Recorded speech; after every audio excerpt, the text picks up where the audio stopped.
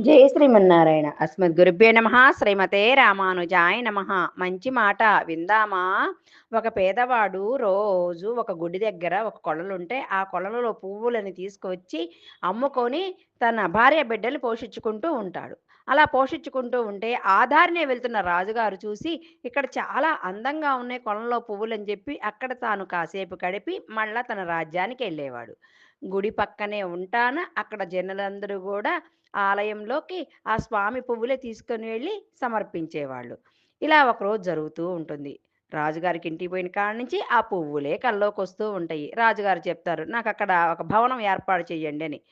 గుడికి అటువైపేమో గుడి, ఇటువైపేమో రాజుగారి భవనం, మధ్యలోనేమో కొలను. కొలనులో పువ్వులు. ఇలా జరుగుతూ ఉంటే ఒకరోజు ఈ దొంగ కాదు మనిషే వెళ్ళి ఆ పువ్వులు అలా కోసుకొని చేస్తూ ఉంటే రాజుగారు చూస్తారు. రాజుగారు వస్తున్నారు. చూస్తారేమో అనుకోని ఈయనకి భయమేసేసింది. భయమేసేసి అది వైష్ణవాలయం.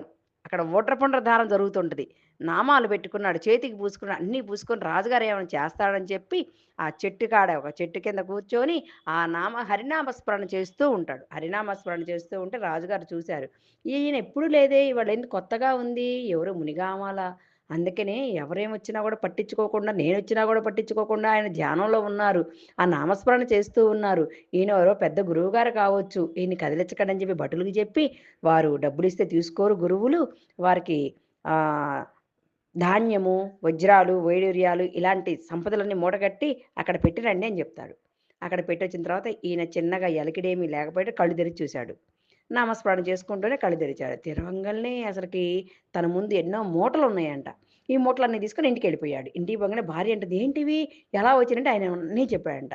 "నువ్వు ఒక్కరోజు ఆ స్వామిలో నీలవయి ఆ నామస్మరణ చేస్తేనే ఇంత ధనము వచ్చింది. రోజు చేస్తే ఇంకా ఎంతొస్తుందో, ఆయన కటాక్షం మనకెంత కలుగుతుందో, మనందరము గూడా రోజు హరినామస్మరణ చేద్దామని నిర్ణయించుకున్నారు."